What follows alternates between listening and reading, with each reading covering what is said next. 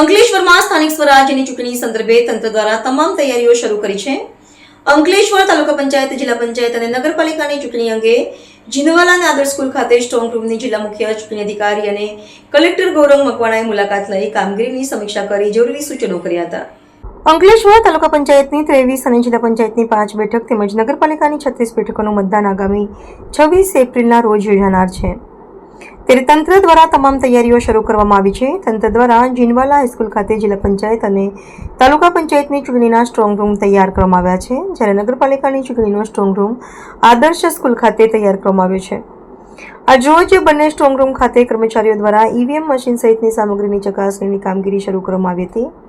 બંને strong room ખાતે ચાલતી કામગીરીની જિલ્લા મુખ્ય ચૂંટણી અધિકારી અને જિલ્લા કલેક્ટર ગૌરંગ મકવાણાએ મુલાકાત લીધી હતી અને કામગીરીનું નિરીક્ષણ કરી જરૂરી સૂચનો કર્યા હતા.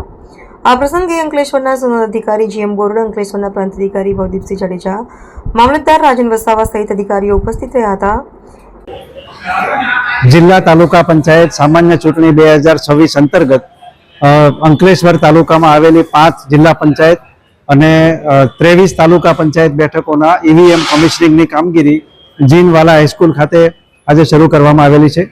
કમિશનિંગની કામગીરી આજે સાંજ સુધીમાં પૂર્ણ થશે અને જિલ્લા ચૂંટણી અધિકારી અને માનનીય કલેક્ટર સરે પણ આજે કામગીરીની મુલાકાત કરેલી છે અને કામગીરીનું નિરીક્ષણ કરી અને જરૂરી સૂચનો આપેલા છે. AB48 ન્યૂઝ ગુજરાત સાથે ધર્મેશ રાણા, અંકલેશ્વર.